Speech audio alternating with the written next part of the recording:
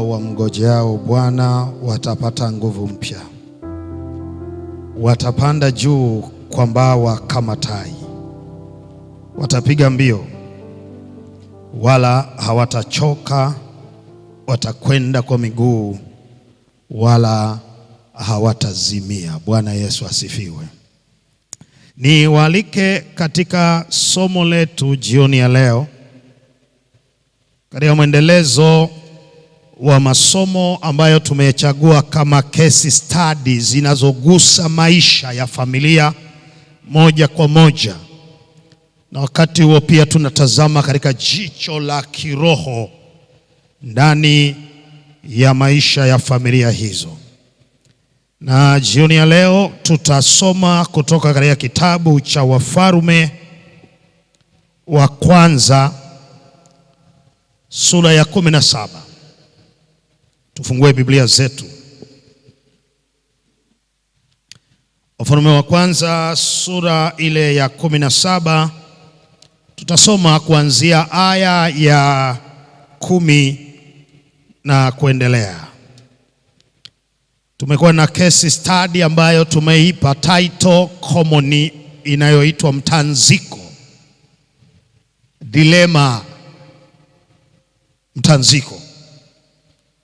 Sasa maandiko yanasema basi akaondoka akaenda Sarepta. Hata alipofika langoni mwa mji, kumbe mwanamke mjane alikuwako akiokota kuni. Akamwita akamwambia, niletee na kuomba maji kidogo chomboni nipate kunywa. Alipokuwa akienda kuleta, akamwita akasema, niletee na kuomba kipande cha mkate mkononi mwako. Naye akasema, kama Bwana Mungu wako aishivyo, sina mkate wala konzi ya unga katika pipa, na mafuta kidogo katika chupa, nami ninaokota kuni 2 ili niingie nijipikie nafsi yangu na mwanangu, tule tukafe. Eliya akamwambia, usiogope. Bwana Yesu asifiwe. Bwana Yesu asifiwe. Hivi mpo? Bwana Yesu asifiwe. Enenda ukafanye kama ulivyosema, lakini unifanyie kwanza mkate kidogo ukaniletee, kisha ujifanyie nafsi yako na mwanao, kwa kuwa Bwana Mungu wa Israeli asema hivi, lile pipa la unga halitapunguka, wala ile chupa ya mafuta haitaisha, hata siku ile Bwana atakapoleta mvua juu ya nchi. Basi akaenda akafanya kama alivyosema Eliya, na yeye mwenyewe na Eliya na nyumba yake wakala siku nyingi. Lile pipa la unga halikupunguka, wala ile chupa ya mafuta haikuisha, sawasawa na neno la Bwana alilolinena kwa kinywa cha Eliya. Bwana Yesu asifiwe. Somo letu jioni ya leo lina kichwa cha somo kinachosema mtanziko katika nyumba ya mjane. Mgeukie jirani yako, mwambie mtanziko katika nyumba ya mjane. Neno mtanziko ni dilema, ni mahala ambapo unajikuta uko katika maamuzi ya kuchagua kati ya mambo mawili yaliyoko mbele yako. Na hivyo neno hili tutalitumia sana, kwa sababu tunapoishi katika maisha haya tumeambiwa kuchagua. Chagueni hivi leo. Sasa na mimi jioni ya leo ninaendelea na case study yangu, na leo tunakuja katika kisa hiki. Barikiwa sana mtaalamu wangu Hapo sasa mzigo unaweza kufika salama. Tuombe. Baba na Mwenyezi Mungu muumba mbingu na nchi, mfalme, jioni ya leo tena tunafurahi ya kwamba unayo maneno ya kuzungumza na watoto wako, na hivyo tunaomba uzungumze nasi katika jina la Yesu Kristo mwokozi wetu, tunaomba kwa imani, amina. Kama umekuwa mshiriki wa muda mrefu katika kanisa hili la Waadventista wa Sabato, na kwamba umekuwa na uzoefu wa miaka mingi ya kutembea pamoja na huyu Mungu wetu katika maisha haya, utakubaliana na mimi ya kwamba kitakachokuwa kinakutatiza kwenye maisha yako juu ya huyu Mungu sio swala la nguvu zake, isipokuwa swala la njia zake. Ninachomaanisha jioni ya leo kwamba katika maisha haya, kama umekuwa na miaka mingi ukimwomba huyu Mungu wa mbinguni, ukizungumza naye na kudai ahadi kutoka kwake, katika safari hiyo utagundua mgogoro sio juu ya nguvu zake, lakini utagundua ya kwamba mgogoro uliopo ni namna anavyofanya mambo yake katika mchakato wa namna ya kutenda mambo yake. Ninajaribu kurudia ili hili lisimame katikati ya vichwa vyetu. Ninachosema ya kwamba sina mashaka na nguvu zake, lakini changamoto yangu katika maisha ya kutembea pamoja na huyu Mungu ni namna anavyofanya mambo yake katika maisha yangu. Naomba nirudie tena jioni ya leo, haijalishi nitakomea wapi katika kujenga hoja yangu. Narudia tena, katika maisha haya sina mashaka kabisa na nguvu zake, maana nguvu zake ni wazi. Nimewahi kuziona zikionekana wazi wazi, huenda kwenye maisha yangu ama maisha ya majirani na jamii inayonizunguka, lakini mgogoro nilio nao katika safari ya kutembea pamoja naye ni namna anavyofanya mapenzi yake. Hapo ndipo mtihani, na hapa ndipo wengi huwa tunafika mahali tunapoteza matumaini, maana tulidhani kwamba angetuonyesha na njia zake. Naomba jioni ya leo niwaambie watakatifu wa Bwana kwa mara nyingine tena, sina mashaka na uwezo wake. Hofu yangu ni kwamba akili zangu zinafika mahala zinashindwa kabisa kukomprehend namna anavyofanya mambo yake na njia zake. Maana nani angeweza kuamini jioni ya leo? Ukiona ya kwamba huenda nazungumza mambo yangu, acha niwarudishe kwenye Biblia. Nani angeliamini ya kwamba ili uitwe baba wa imani, eti huyu Mungu anaanza kwa kukunyima watoto kwanza, na anakusubirisha mpaka umri wa uzee, na katika umri huo ndipo anakupatia mtoto. Na akisha kupatia mtoto, anazunguka mlango wa nyuma, anakuja kukwambia tena, toa mtoto huyo awe sadaka ya kuteketeza. Na mwisho wa siku anatafuta mimi nikubali kutoa mtoto, kisha niambie wewe utakuwa baba wa mataifa mengi. Narudia tena, sina mashaka na nguvu zake. Hofu yangu ni juu ya namna anavyofanya njia zake kwenye maisha haya.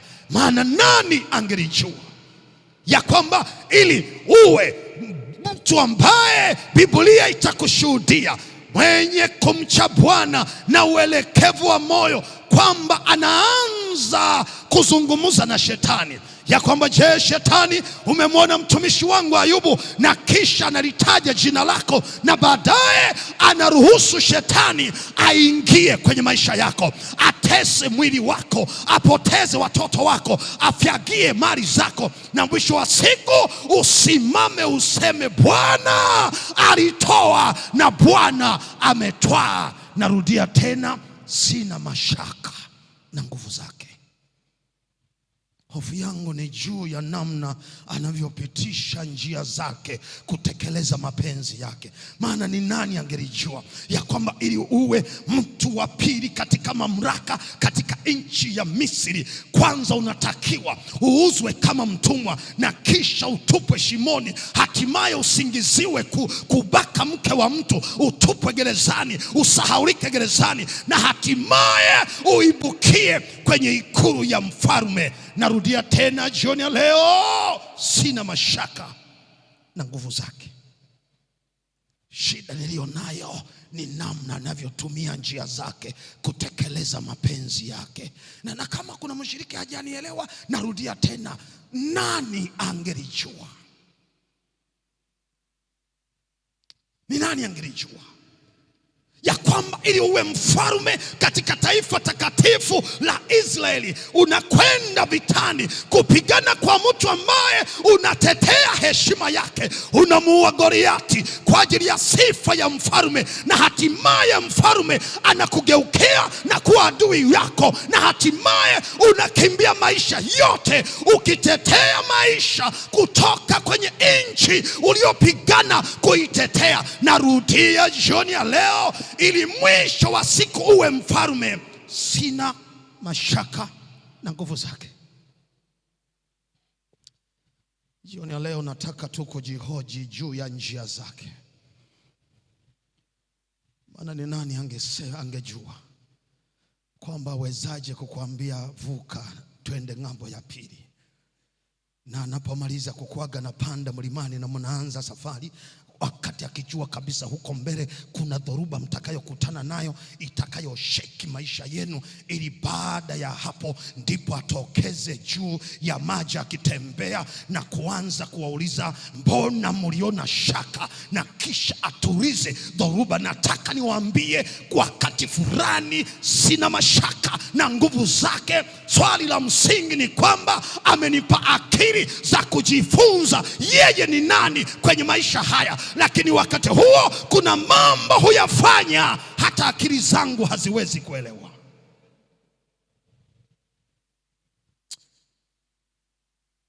Unawezaje kuacha kiti cha enzi ukashuka mpaka kwenye matumbo ya mwanamke ambaye hajamjua mume, ukazaliwa katika mazingira haya ya dhambi, na hatimaye ukasimama msalabani, ukateswa tena uchi wa mnyama, ili tu umkomboe huyu mwanadamu ambaye yeye mwenyewe ndiye alijichanganya na kuasi katika maisha yake? Narudia tena, kulikuwa na ulazima gani wa wewe kufa ili umkomboe mwanadamu? Nataka niwaambie, sina mashaka na nguvu zake. Hoja yangu ni kwamba namna anavyotupitisha kwenye njia zake, akili yangu haiwezi kubeba. Na ndio maana andiko lake linasema, akili zake hazichunguziki. Yeye anajua, na akili zake ni nyingi mno, na uwezo wangu kibinadamu haiwezekani kuzijua siri za maisha yake katika enzi, vizazi na vizazi. Na kwa sababu hiyo ndicho kinachonifanya niamue kuishi kwa imani. Ni katika muktadha kama huo ndicho tunachosoma katika kitabu hiki. Kitabu cha Wafalme ni kitabu ambacho, kwa sababu ninazungumza na wasomi na wengine wananifuatilia hapa, ni kitabu ambacho kinaelezea maisha ya taifa takatifu la Israeli. Kitabu hiki wataalamu wa Biblia wanasema kilikuwa ni kitabu kimoja katika historia ya uandishi wake, Lakini kwa sababu ya sababu za kikanoni, wakati wanapanga ili kutengeneza vitabu 66, wataalamu wa kupanga kitabu wakatenganisha ili kufanya kitabu cha Wafalme wa kwanza na Wafalme wa pili, na wanatenganisha kwa sababu moja tu peke yake, kutenganisha kati ya utawala ulioungana na utawala uliogawanyika. Na hivyo kitabu cha Wafalme wa kwanza kinaanza kumweleza mfalme huyu ambaye anaingia kwenye mgogoro wa kifamilia, mgogoro wa ndoa, kwa kuoa wanawake wengi, na wanawake hao wanabadilisha moyo wake, na wanapobadilisha moyo wake anamgeuka Bwana wa majeshi na kugeukia miungu migeni. Ndipo Bwana akasema, nitaupasua ufalme wako na kumpatia mtu mwingine. Na historia eleza, ndipo baada ya neno la Bwana kitabu hiki kinaweka mlengo wa ufalme uliogawanyika. Na ufalme uliogawanyika ndipo naanza kuwaleta wafalme. Wafalme wanakuja na kusimama, wanakwenda na kuja, wanakwenda na kuja, na hatimaye jioni ya leo tunasoma kisa cha mfalme anayeitwa Ahabu mwana wa Omri. Sema amina kama unanielewa. Unajua kuna wakati mzee wangu Shani, washiriki unahitaji wapeleke kidogo kwenye kitu kinachoitwa biblical background. Unawapeleka nyuma ya pazia ili walete kwenye hoja, maana kama huwezi kuwapeleka kule panapopikiwa, hawawezi kujua kilichoko mezani. Wanahitaji kuzunguka kwenda kumwona mpishi namna anavyounga mambo yake. Na jioni ya leo mniruhusu niwapeleke huko jikoni. Haleluya. Kuna mtu kama hajanielewa, narudia. Kwa sababu hiyo mfalme Ahabu alipotawala, Biblia inasema akatawala kutoka kwa baba yake, akaingia kwenye ikulu yake. Na alipoingia kwenye ikulu yake, akatazama mataifa yaliyokuwa yanamzunguka, yale yenye nguvu. Akaamua kwenda kuweka amani. Akatoka kwenye taifa lake takatifu, ambalo wakati huo makao yake yalikuwa kule Samaria, akaenda mpaka nchi ya kipagani, nchi inaitwa Sidoni na Tiro. Akaenda akamkuta mfalme wa nchi ile anaitwa Ishibari. Sema Ishibari. Mfalme Ishibari alikuwa na binti mrembo nyumbani mwake anaitwa Yezebeli. Ili kuweka amani kwa mfalme kati ya taifa hili la kipagani na taifa la Mungu aliye hai, mfalme huyu Ahabu akaamua kutwaa binti kutoka kwa Ishibari, na bibi mama anaitwa Yezebeli.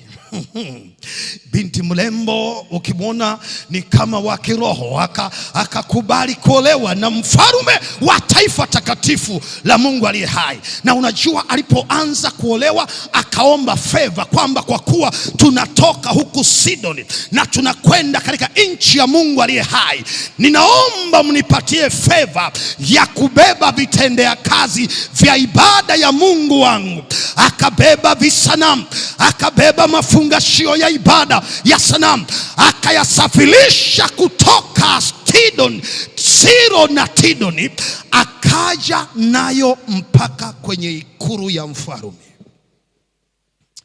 Naomba hapa twende vizuri, nifuatilie, maana background ya leo inatosha tu kutusaidia kuelewa. Na kwa sababu humu ina mgogoro wa kifamilia, nitakukaribia baadaye. Sasa binti alipofika hapa kwenye ikulu, mfalme Ahabu baba yake alikuwa amejenga ikulu nyingine inaitwa ikulu ya Yezreeli.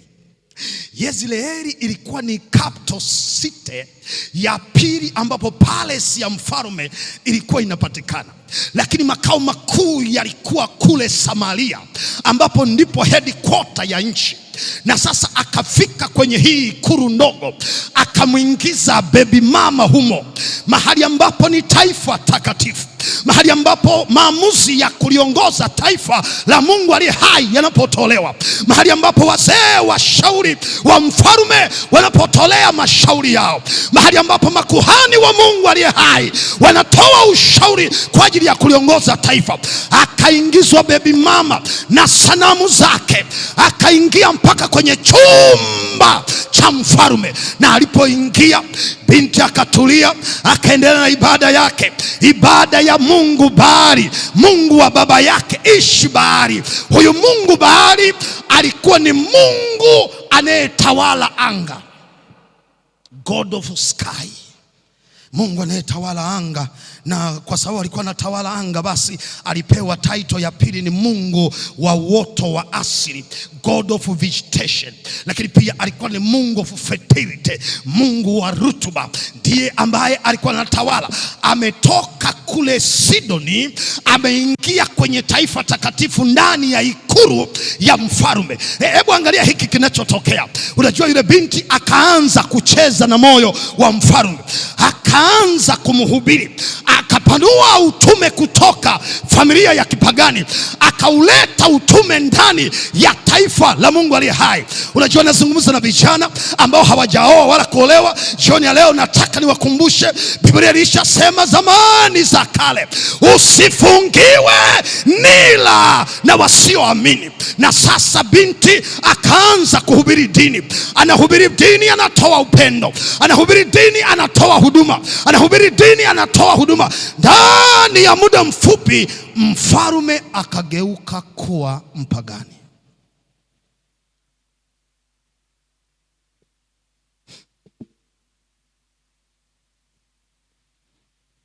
Halafu binti akamwambia, sasa mzee, tunataka hata wa hapa ikulu nao wawe na hii dini. Mfalme akatoka kwa maelekezo. Taifa lote likaamuliwa, badala ya kumwabudu Mungu aliye hai, limwabudu Mungu Baali. Na haikukomea hapo. Viongozi wa dini wote wakaamuliwa, ni amri ya kuabudu Mungu Baali na wala sio Mungu Elohim ama Yehova. Commentator wa Biblia wanasema, na Biblia imekomenti inasema, ndani ya muda mfupi taifa lote likawa na ibada ya kipagani isipokuwa waaminifu 7,000 peke yake, ambao nao katika kutunza dini ya Mungu aliye hai wakaitunza katika mazingira ya kificho mno. Maana binti aliyeingia kama malaika nyumbani amegeuka kuwa shetani mzima mzima, na ndiye anayetoa maelekezo. Unamwabudu Mungu, wanakata shingo. Unamwabudu Mungu, wanakata maisha yako. Nataka niwaambie watakatifu wa Bwana, katikati kwa kuasi kwa taifa namna hii, katika giza zito namna hii, ndipo anatajwa mtu ambaye Biblia haielezi historia yake. Anatajwa, anaitwa Eliya Mtishibi. Haleluya kanisa. Naomba nihubiri jioni ya leo ili nikusaidie kuelewa mwamba huyu ambaye Mama White anaandika katika kitabu cha Wafalme na Manabii kile cha Kiingereza, aya ya ukurasa wa 119 aya ya kwanza. Anasema Eliya Mtishibi akatoka katika nchi ya milima ambayo inaelekea mashariki mwa Yordani. Mwanaume mwenye imani, mtu wa maombi, ana maneno machache peke yake, anaonekana katika makorido ya mfalme, na Biblia imeandika kwa makini. Haielezi familia yake, haielezi elimu yake, haielezi hata kwamba alikuwa na watoto wangapi, haielezi kwamba ameoa au alikuwa hajaoa. Lakini Biblia inasema anaonekana kwenye korido za kuingia katika paresi hii ya Yezreeli, akasimama tena mbele ya ikulu ya mfalme kuelekea kiti cha enzi cha mfalme. Na ndipo akanyosha mkono wake akasema, kama Bwana Mungu aishivyo, huyu Mungu ninayemtumikia, ambaye ninasimama kueleza habari zake, mvua haitanyesha miaka 3.5. Kuna mshiriki bado hajanielewa, naomba hapa nitulize kidogo ili nimsaidie mtu kuelewa. Eliya anasimama mbele ya kiti cha enzi cha Mungu Baali, aliyetawala, mwenye mamlaka, mwenye uwezo, na anasimama mbele ya kiti chake, anasema kwa kuwa katika miaka hii inaonekana Mungu aliye hai amekufa. Habari njema ni kwamba ninakuja kumtangaza yuaishi na yuko hai. Haleluya! Na kwa sababu ya neno lake, sasa nataka tumufunge kidogo Mungu wa mvua, huyu anayeshikilia mvua, ambaye mvua ikinyesha mnadhani ameileta. Huyu Mungu ambaye uoto wa asili ukiota nadhani yeye ndio amefanya. Huyu Mungu ambaye vitu vikizaliana mnadhani yeye ndio amefanya kazi. Sasa tunamfunga kwa neno la Bwana, mvua haitanyesha. Swali langu la msingi jioni ya leo, kwa kuwa tumekuja kwa ajili ya kuhudhuria ibada ya kaya na familia na tumekaa kikaya, swali la msingi ni kwamba ikiwa maneno haya magumu yametoka kwa mfalme ambaye ana majeshi na askari na makamanda, na kuna watu wametrainiwa hapo tu namna ya kudhibiti watu wakorofi wanaoapia mbele ya mfalme. Kuna watu ambao wakikutazama, watu wenye vifua, watu wenye mikono, sura za malimao, wakikutazama tu unaweza ukatoa shikamoo mchungaji hata kama hujataka.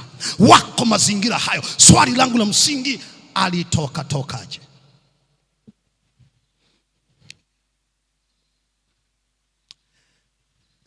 Unajua kuna shida, washiriki huwa wanaharakisha kusoma Biblia. Ukisoma anaharakisha mzee kwenda kutafuta hela.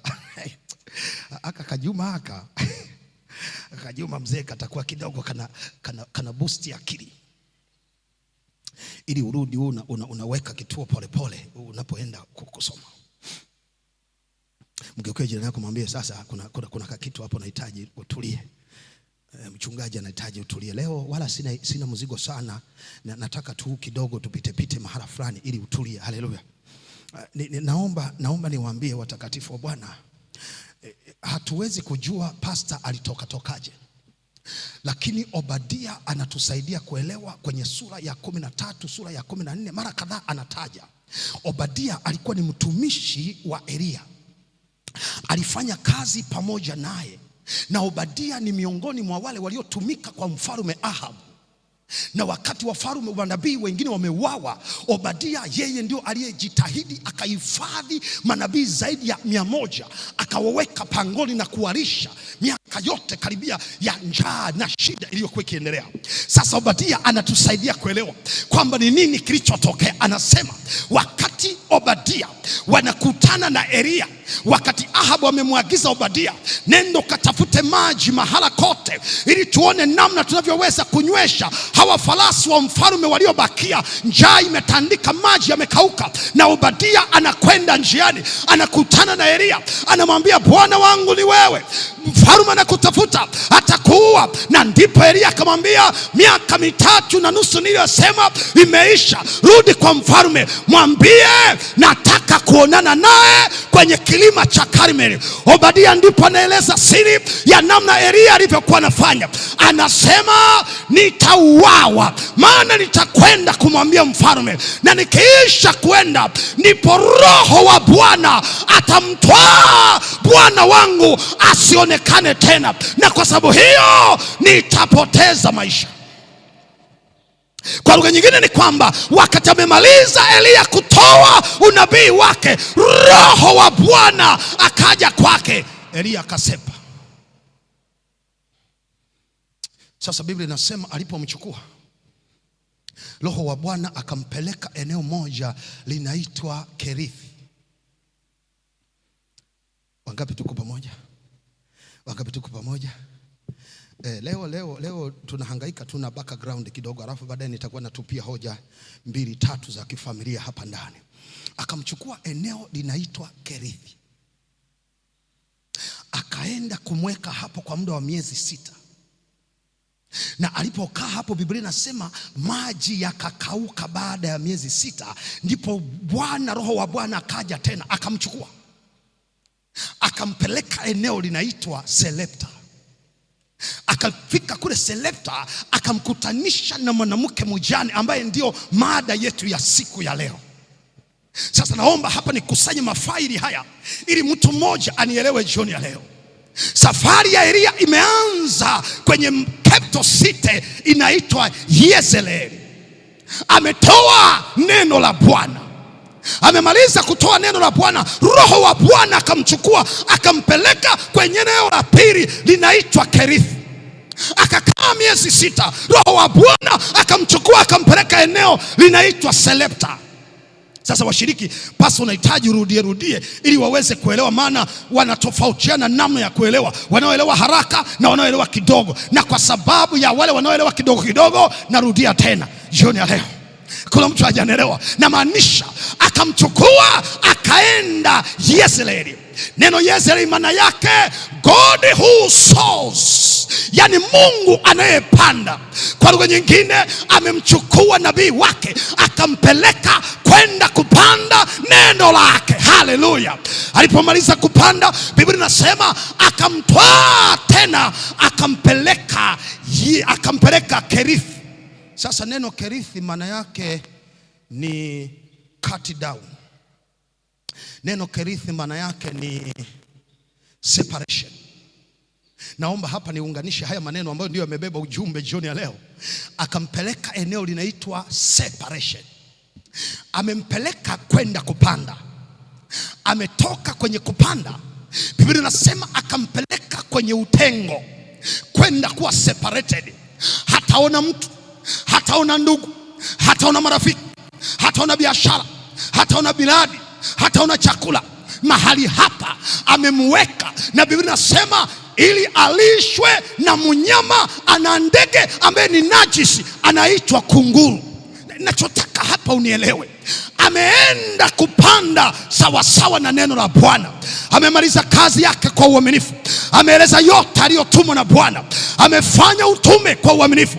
Ametoa zaka, ametoa sadaka, amejenga kanisa, amehudhuria maombi. Lakini Bwana kwa neno lake, pamoja na kufanya yote, akamtwaa kumpeleka kwenye eneo la utengo, eneo la ukiwa, eneo la upweke yeye mwenyewe. Unajua jioni ya leo ninazungumza na washiriki ambao baada ya kufanya kazi ya Bwana katika maisha yao, walitarajia Bwana awalipe mema, awape mazuri, awafanikishe, awainue. Lakini kinyume chake, wametwaliwa na Bwana wakapelekwa kwenye Kerithi,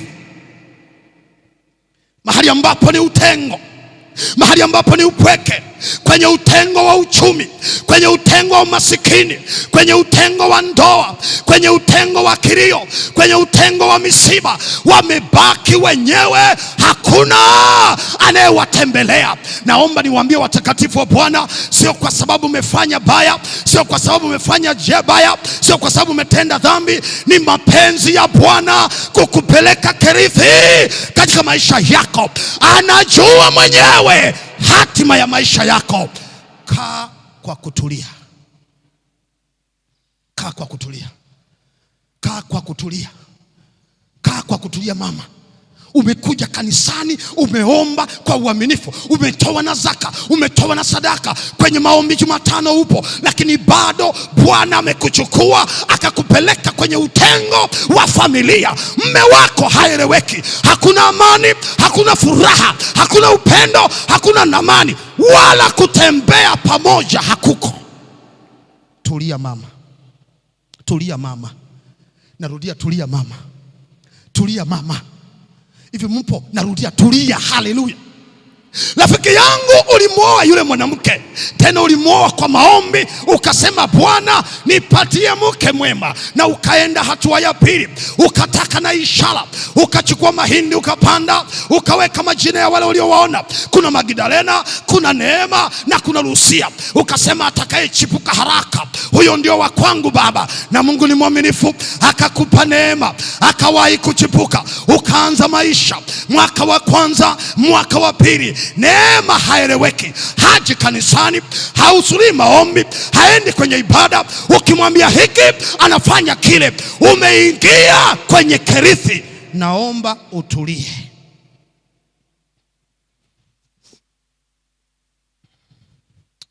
Ni majibu ya Bwana. naomba utulie. Ulimuoa mlimbwende ukasema atakuchomoa kwenye maisha, maana ulimuona na bidii wakati hujamuoa. Umekioa hicho chuma kikaanza maisha na wewe.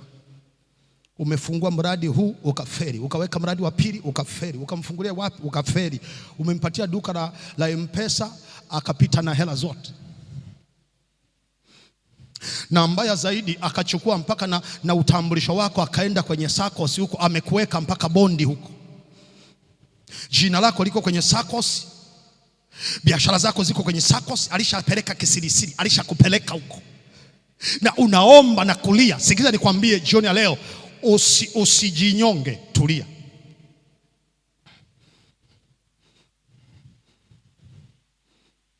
Dada yangu, umekaa na Njemba miaka nenda rudi, ni mchumba, mkianzia kule sekondari mchumba, ulishamtambulisha kwenye ndugu, ukawapeleka kwa wazazi, ukampeleka kwa mjomba, ukampeleka kwa shangazi, umemtambulisha mpaka ndugu wanamuelewa. Lakini cha ajabu ni kwamba wakati mnaendelea na safari, ndipo nagundua unasafiri na kiparanyonga, haieleweki, sio wa mboga wala sio wa faida. Sikiza nikwambie, usijutie pamoja na kufua nguo zake miaka 4. Na kupendekezea jioni ya leo, tulia. Uko Kerithi,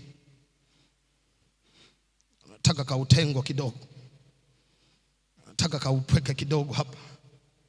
Na Mungu ni genius hapa Kerithi, anataka kukufundisha kitu. Angalia, Elia anapelekwa Kerithi, anakaa Kerithi miezi 6.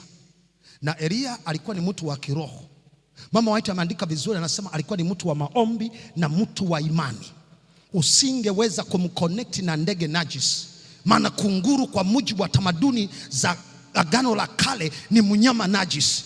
Usiguse mwili wake, usiguse kile, yani mzoga wake, wala hautaki kula nyama yake. Lakini kitu cha ajabu, Biblia inaniambia ndipo akawa mtengaji kwa muda wa miezi 6. Anatenga asubuhi, anatenga na jioni. Jifanye wa kiroho ufe.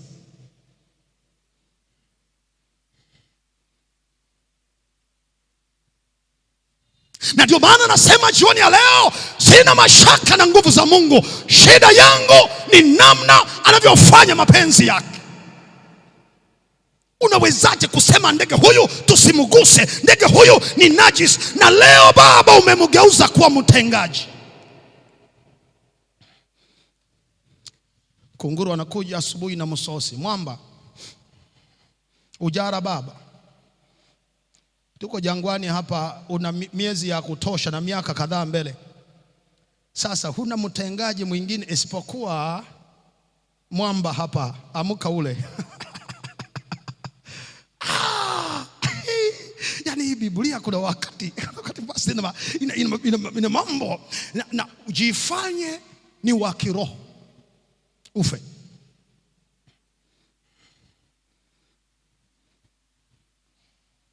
Elia kwa sababu aliyeleta kutenga ni amekuja kwa neno la Bwana. Haleluya. Akapiga msosi. Nataka tu niwaambie watakatifu wa Bwana, Elia alikuwa kwenye shule. Unajua kwa nini? Maana safari yake ya miaka 3 inatakiwa iende Therepta. Naomba hapa nipige hatua ninapokwenda kuhitimisha somo langu jioni leo. Alipokaa miezi 6 katika kijito hiki kikakauka, ameimprove, somo limeingia, amejua namna ya kuinteract na kile kinachodhaniwa najisi. Naomba jioni ya leo watakatifu wa Bwana ni wakumbushe, yule unayemdhania ya kwamba ni mpagani anaweza kuwa chanzo cha uzima wa maisha yako. Na kukumbusha, kaa vizuri na watu, kaa vizuri. Wale majirani unaodhani sio wa kanisa hili, naomba nikutie moyo, hao ndio wanaweza kubeba hatima ya maisha yako.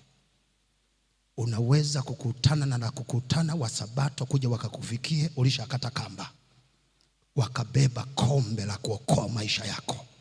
Jifunze kulileti na jamii ya wasioamini vizuri, wana hatima ya maisha yako. Naongea na baba jioni ya leo. Kwenye biashara zako pale kuna Waadventista na wasio kwa Waadventista. Usijichanganye kwa Waadventista peke yake. Ninakupendekezea jioni ya leo, weka urafiki na hawa wapagani wanaozaniwa hawana nuru, wamebeba hatima ya maisha yako. Bwana Yesu asifiwe. Bwana Yesu asifiwe jioni ya leo. Na sasa Biblia inasema Roho wa Bwana akamtwaa, akampeleka mpaka katika mji na kijiji cha Sarepta. Sasa hapa Sarepta kuna mwanamke ambaye ni mjane, hana mume, hana kazi, sio msabato wala sio Myahudi. Anatoka kwenye kijiji cha kina Yezebeli. Maana Yezebeli ametokea hapa Sidon, na Sarepta ni mji ndani ya Sidon. Ninampenda huyu Mungu wa mbinguni. Ni Mungu ambaye mambo yake ni mengi, akili zetu haziwezi kuchunguzika. Anajua aliyeanzisha uasi na tatizo kwenye taifa anatoka hapa Sarepta, anatoka hapa Sidoni. Lakini habari njema ni kwamba anayehifadhi maisha ya nabii wangu miaka yote hii ya njaa atatoka Sarepta, atatoka Sidoni. Ninampenda huyu Mungu. Haleluya.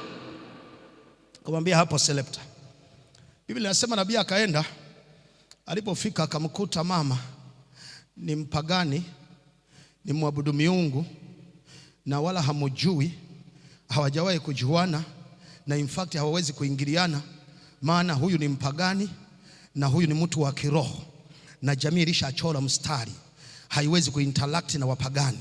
Lakini kwa kuwa Elia alishakula shule ya miezi 6 kule ya namna ya kulileti na vile vilivyo najisi, Biblia inasema ndio mara ya kwanza akatamka, kwa mara ya kwanza akamsalimia mwanamke huyu, akasema, mama habari, ninaomba unisaidie maji ya kunywa.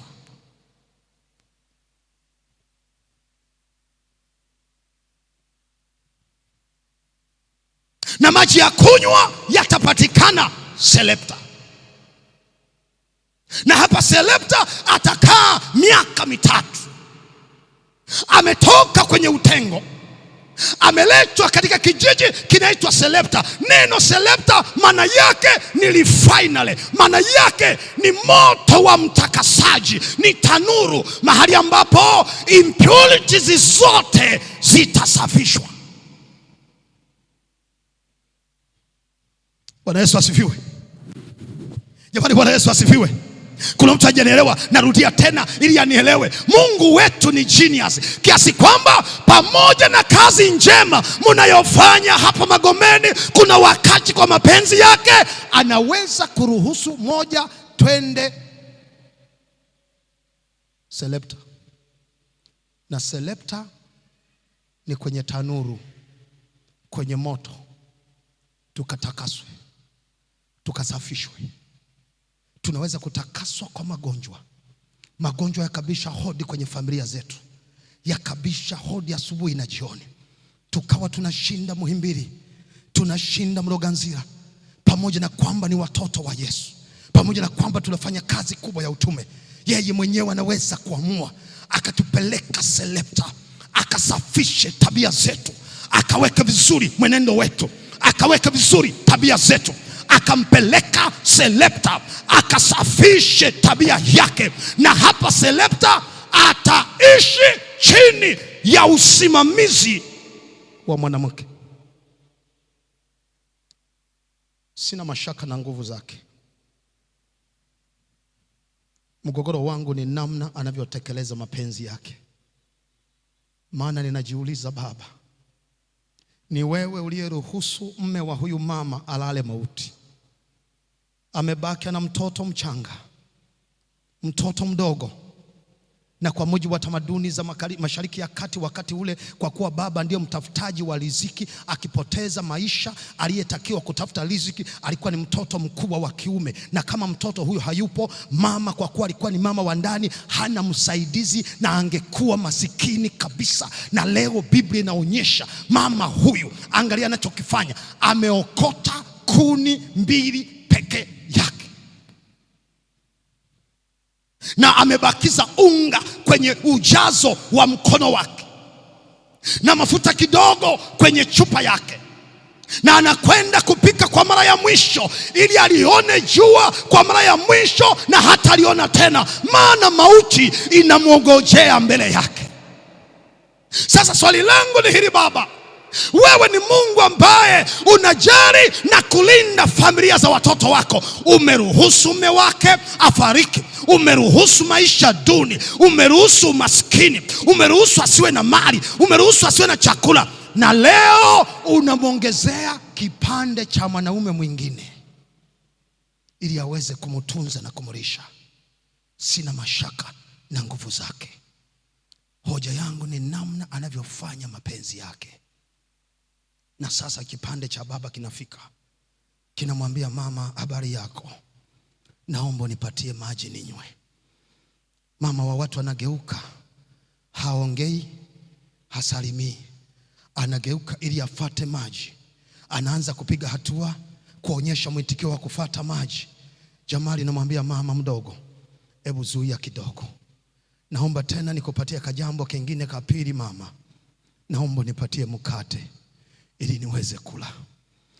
Kwa kuwa ameomba kitu pekee kilichosalia, ndipo Biblia yangu inasema mama yule akafungua kinywa chake ili ajitowe kwenye mtanziko wa maisha yake, kwenye dilema hii inayomkabili. Awezaje kuwa na moyo wa ujasiri namna hii wa kwenda kuchukua chakula kilichobaki peke yake, tena cha mlo mmoja, ili ampatie mtu ambaye hamjui alikotoka, sio kabila yake, sio familia yake, sio dini yake? Awezaje kufanya jambo hili? Mama akafungua kinywa chake akamwambia, baba, kama Mungu wako aishivyo, sina mkate.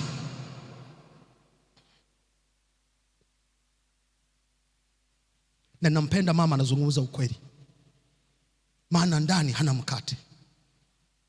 Kilichobaki, imebaki ni unga kidogo.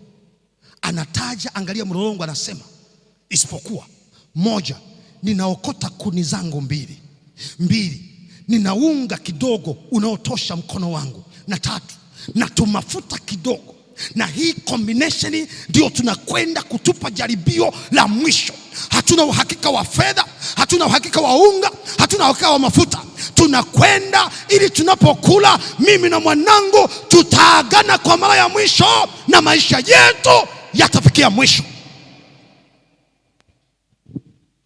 Mama anapozungumza, Jamali namwambia, mama, umenena vyema. Hata mimi ninajua ulichosema umesema kweli. Lakini ninachoomba kitu kimoja mama, ninaomba katika unga huo, kwa kuwa umesema umebaki kidogo kwenye mikono yako, naomba uniamini, maana kama Mungu wangu aishivyo, kanifanyie kwanza mkate. Naomba hapa ninapomalizia nikusaidie kuelewa. Hamjui huyu mtu ametokea wapi, hajui dini yake, hajui anayosema ni kweli au ni uongo, na anachokiomba anaanza kwa kujitanguliza yeye mwenyewe kwanza. Anasema, mama, mimi naomba nikushauri, ulioyasema yote ni kweli, lakini naomba unifanyie favor moja. Huo unga kidogo uliobaki na mkate kidogo uliobaki, ninaomba sasa ukautengeneze mkate ili unifanyie kwanza mimi mkate. Na kwa sababu utanifanyia, mama yangu, na kuhakikishia ya kwamba konzi hiyo na mafuta hayo hayataisha sawasawa na neno la Bwana. Bwana Yesu asifiwe. Bwana Yesu asifiwe. Jioni ya leo naomba nirudie tena, mwanaume huyu anakuja ametanguliza kipaumbele chake kwanza kuliko kutanguliza kipaumbele cha mama. Swali langu la msingi, Elia, si ulikuwa unatakiwa uanze kwanza kufanya muujiza pipa lijae?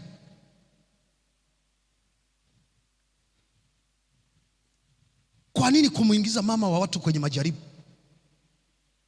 Akauchote unga aende kwanza kupika, halafu humo ndani wakati anapika anatengeneza msosi wa wewe kwanza ule, na ndipo yeye na familia yake, ndipo yale yatakayotokea, ndipo yatakayowatunza. Swali la msingi, kama angechota na unga ukaenda ukaisha, angeishishije?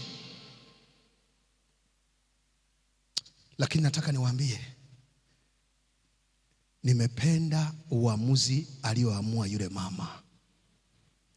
Mama akasema, kama Mungu wako aishivyo, nitakwenda. Biblia yangu inamalizia inasema, akaenda akachota unga wake uliobaki katika debe lake la unga. Wakati anajaza kwenye mkono wake, anainua juu ili kwenda kuweka kwenye frampeni kuanza kutengeneza mkate. Biblia yangu inaniambia akastaajabu kugundua mahali alipochotea unga kuna unga bado umebakia, sawa sawa na kipimo cha konzi yake. Akaenda akapika, akachukua na mafuta, akamimina kutengeneza mkate. Mafuta yaliyomiminika, mama kastaajabu kwenye chupa ile, kiwango kile kile cha mafuta kimebakia. Unajua, akaenda kutenga kwa Elia. Alipokwenda kutenga kwa Elia, Biblia inasema mama karudi kwenye pipa lake, akachota tena unga kwenye konzi yake, akajaza kwenye mkono wake, akaweka kwenye frampeni. Mama akasema, kwa kuwa tulikuwa tunakula mara ya mwisho, acha nirudie tena ni uchote. Alipochota akastaajabu, konzi ya unga nyingine imebakia mahali pake, akaweka kwenye frampeni, akamimina mafuta yakaendelea kubaki. Unajua, mama sasa akapika mlo wa kwanza, baada ya muda mlo wa pili, baada ya muda siku ya tatu, baada ya muda mwezi wa pili, baada ya muda mwezi wa 4, kila kienda kwenye pipa unga bado umebaki kiwango kile kile.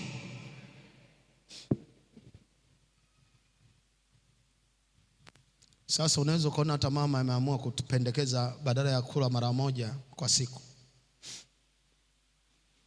tutakuwa tunapiga asubuhi,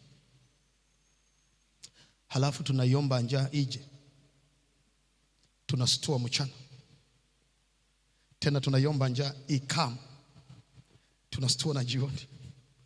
Kuna mshiriki hajanielewa. Mama akarudi akauchungulia unga haujui kubadilika kuwa mchungu, kiwango ni kile kile, kila akichota inaendelea kuwepo. Anakwenda kuweka, anakuja na chota, kakonzi kako pale pale. Naomba hapa niwaambie, debe halikujaa, ilibaki konzi ile ile isiyojua kupunguka. Kila anapochukua anapeleka. Na unajua, nikajiuliza, hiki ni nini Mungu wangu? Hesabu gani zinazotokea? Ndipo nikagundua kilichokuwa kinatokea ilikuwa ni Mungu aliyeleta mkono wake nyuma ya debe la unga wa mama. Haleluya! Na kila alipotoa Bwana akaongeza. Haleluya! Aha, kuna mtu hajanielewa ninachomaanisha jioni ya leo. Hii ni hesabu ya mbinguni ambayo Bwana ameiweka kuwa baraka kwa watu wote, na hesabu hiyo inaitwa magazijuto ya mbinguni. Unajumulisha kwa kutoa, unazidisha kwa kugawa. Haleluya! Miaka 3 unaweza kuona chuma na kikuta kimeshaanza na kunenepa. Kinanenepa chini ya favor ya mama mjane, na mama naye ananenepa chini ya favor ya nabii wa Mungu. Nataka niwaambie ninapomalizia mgogoro wa mtanziko wa mjane ni kwamba kwenye haya maisha, mama yangu mjane, ninakutia moyo ya kwamba Mungu wetu wa mbinguni hata hatanyamaza milele, atakusikia. Yeye ni baba wa wajane, atasimama pamoja na wewe. Na kwa sababu hiyo mtegemee yeye siku zote. Haleluya! Maana yeye ni baba wa wajane, yeye ni baba wa wenye njaa, yeye ni baba wa masikini, yeye ni baba wa watu wenye shida, wenye magonjwa, wenye kusetwa, wenye kutengwa. Anawapenda wote. Haleluya!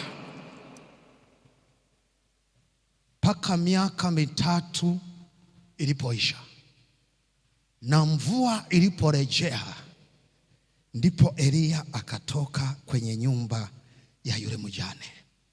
Sasa swali la kutawanyikia wakati tunakwenda, kila mmoja atajiuliza, maana akili za kuhubiriwa unajumulisha na za kwako. Swali la msingi, angekuwa Elia leo anaishi kwenye nyumba ya mama mmoja mjane,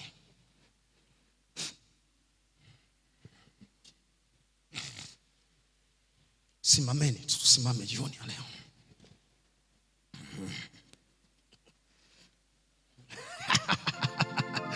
na kuna mashemasi na kuna viongozi, kuna wanaitwa spiritual police wa kanisa, magangwe wanaojua kuspy out. Wanagundua kwamba mtumishi wa Mungu aliye hai kwa jina lolote atakaloitwa anaishi katika nyumba ya mjane. Na kuna muda tunamwona anatoka na taulo, anapiga mswaki kutakasa kinywa chake ili aendelee kuenjoy life kwenye dari ya mjane. Sasa hili kila mmoja ataenda anajiuliza mwenyewe huko, mtaenda kujisomea wenyewe, maana nyinyi ni watu wa Biblia. Chukua hiyo sasa, nenda nayo. Ingekuwa kuwaje kwenye jicho la watakatifu wa Mungu aliye hai, mwanaume yuko single kwa title ya nabii na mjane hana mume?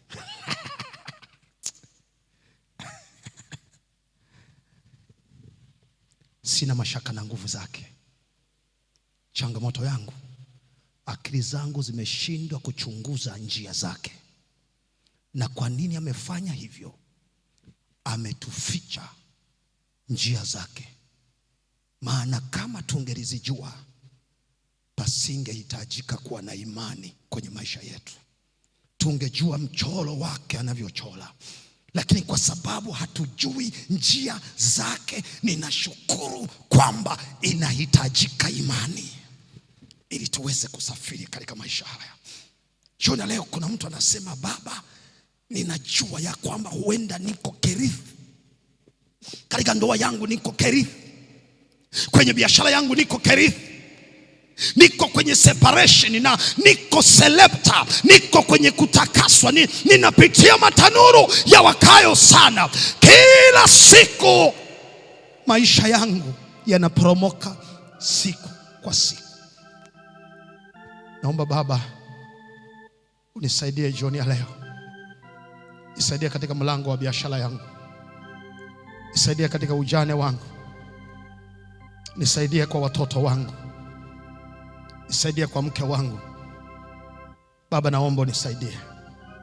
Nina jambo binafsi, naomba Baba mbingu ziingilie kati jioni ya leo. Kama unasema hivyo, piga hatua hapa. Dakika zangu zimeshaisha, piga tu hatua hapa, njoo tu mbele hapa na tutakwenda kuomba. Unasema katika juma hili la familia leo kuna mtanziko wa maisha ya ujane, ya maisha ya upweke, maisha ya peke yako, maisha ya bila mfariji kwenye maisha yako. Na kwa sababu yeye ni baba wa wajane, baba wa wafariji, atasimama katikati ya maisha yako. Tembea mbele.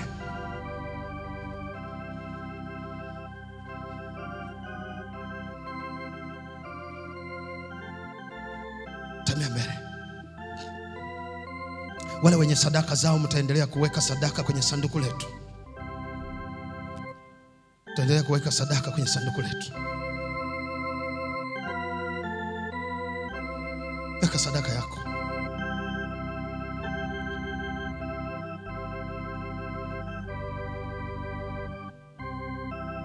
Kesho tutakuwa na mtazamo mwingine tena, tutakuwa na case study nyingine ya mjane part 2. Bwana Yesu asifiwe. Tutasafiri kwa series tu hapa, wala hitaji kuwa na mambo mengi. Yani tutakwenda kesho, tunaangalia mjane part 2, na somo letu litakuja tena kwa namna nyingine, na mtanziko utakuwepo tu tena. Dilema. Maana ndoa zetu ziko kwenye dilema, ziko kwenye shida, ziko kwenye mtanziko. Kila mtu anatamani kuamua kwa njia yake, na kwa sababu hiyo tunatafuta yeye atakayesimama kuamua kwa ajili ya maisha yetu, na sio mwingine, ni mzee wa kujumulisha kwa kutoa na kuzidisha kwa kugawa. Yani mama anapochota unga, wakati anautoa, mzee wa siku anauongeza. Wakati anaugawa, mzee wa siku anauzidisha. Na ndivyo atakavyofanya katika mapenzi yako na katika maisha yako. Unachotakiwa wewe, amini tu, wala usiogope. Usiogope. Usiogope. Na kutia moyo jioni ya leo, mama yangu usiogope, baba yangu usiogope. Katika mtanziko unapojikuta uko njia panda, huna namna ya kufanya, unashindwa ufanyeje, baki njia kuu kwa kusikiliza sauti ya Bwana. Lakini baadaye nimejifunza kitu hapa, wakati tukiwa hapa, Roho ananiambia, mchungaji kasema haka, na waambia kuna faida kunyosha mkono kwa wacha Mungu na watakatifu wake. Maana mama huyu anapata assurance ya kuishi miaka mingine mbele, kwa sababu tu amenyosha mkono wake kugusa mtumishi wa Bwana aliye hai. Na Bwana wabariki kwa kile mnachofanya kwenye maisha yenu. Jioni ya leo nimwombe tena pastor wetu atupeleke kwenye maombi. Tupeleke kwenye maombi.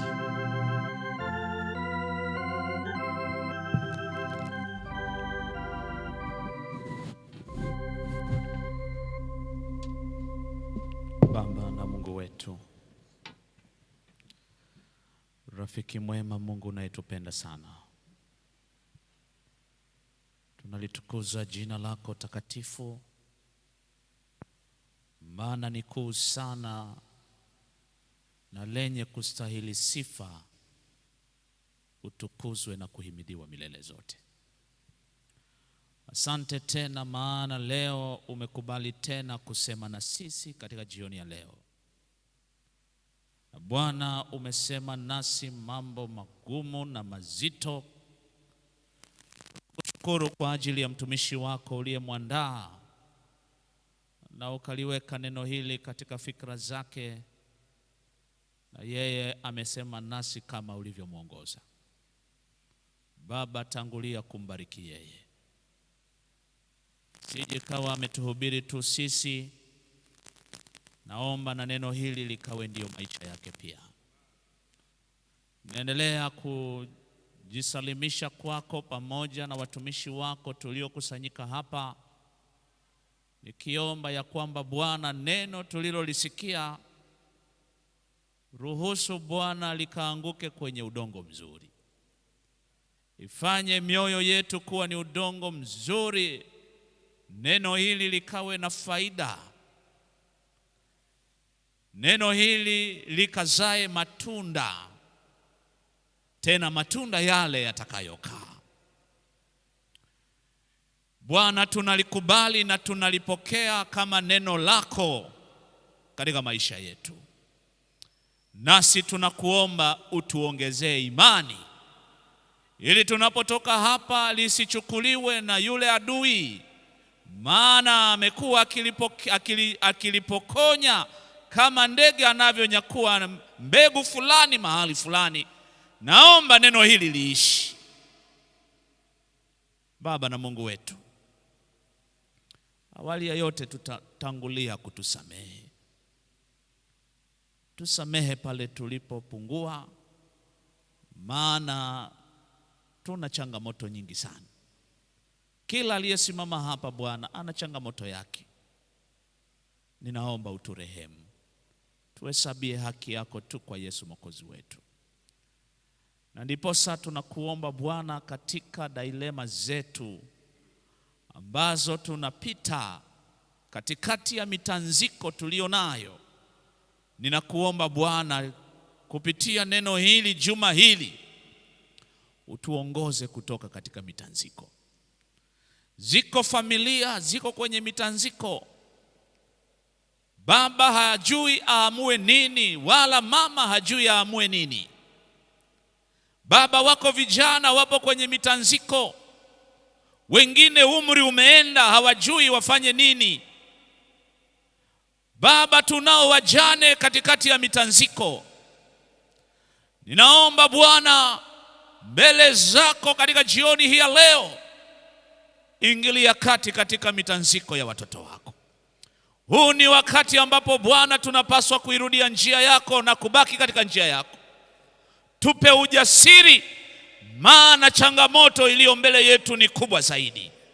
Ikiwa yuko mwanamke fulani aliyeleta mzigo uliomfanya atanzike, tafadhali mhudumie jioni hii ya leo. Ayumkini yuko baba fulani ana mtanziko wake aliyouleta katika jioni hii ya leo, Baba husika kumsaidia. Ikiwa yuko kijana fulani aliyeusalimisha mtanziko wake, wenda ni mtanziko wa fumbo, ni nani atakayekuwa mwenzi wake wa maisha, tafadhali Bwana mpokee kijana huyo ukamhudumie. Wengine tunayo mitanziko ya uchumi, tafadhali Bwana utuhudumie. Wengine tuna mitanziko ya maisha magumu, tafadhali Bwana utuhudumie. Ikiwa ulimhudumia yule mama mjane katika umasikini wake, ukampa zawadi ya maisha ya miaka 3 asiyoyajua, ninaamini ya kwamba unaweza kumhudumia mtoto wako hapa kwa njia zako. Baba, tusaidie jioni ya leo. Wasaidie watoto wako jioni ya leo. Hata zile barua zilizoletwa zimeandikwa, zingine zimebeba machozi. Baba, tafadhali husika kuwasaidia watoto wako. Wengine wameleta magonjwa, husika kuwasaidia watoto wako. Bwana, ninakuomba utusaidie jioni ya leo. Zaidi ya yote, likumbuke kanisa la Magomeni. Wakumbuke waumini wake wote, wale walioko hapa, wale ambao wako mbali wakifuatilia katika mitandao. Baba, hata wengine wako nje ya nchi. Popote ambapo kuna mshiriki wa kanisa hili, ninaomba baraka na ziwe juu yake. Baba, ninaomba hata kwa ajili ambao sio washiriki, kanisa lako lililotandaa kila mahali, naomba Baba husika kuwasaidia watoto wako.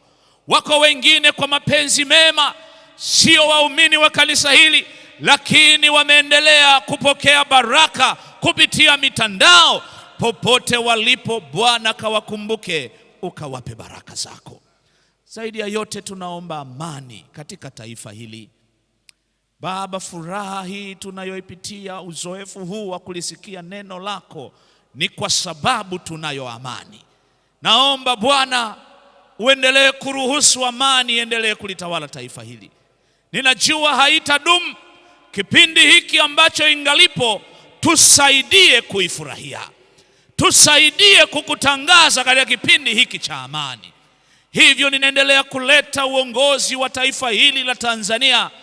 Mama yetu Samia Suluhu, endelea kumtunza, endelea kumpa maono, endelea kumpa hekima, na ukampe mahitaji yote, ukiwasaidia na wasaidizi wake, ili nchi hii itawalike, na zaidi sana amani ikae, na watu wako tuendelee kukutangaza.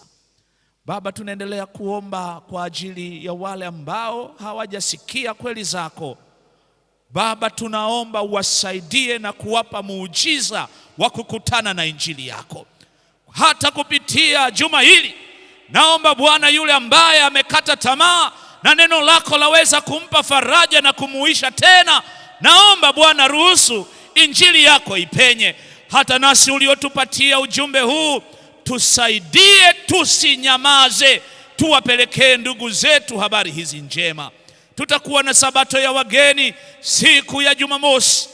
Ninaomba Baba kwa ajili ya huduma hiyo njema. Naomba kama tulivyonyosha mikono ya kwamba tutawaleta marafiki zetu, tutawaleta majirani zetu. Ninaomba Bwana juma hili likafanyike kuwa baraka, na watoto wako wengi wakapate kupokea baraka hizo kwa utukufu wa jina lako. Baba, tunanyamaza kimya jioni ya leo. Kubali kututakasa kwa neno lako. Tubatize kwa Roho wako Mtakatifu. Tuongoze na kutuongezea imani, na zaidi ya yote tuandae kwa uzima wa milele ulio karibu sana. Ni katika jina la Yesu Mwokozi wetu tumeomba na kuamini.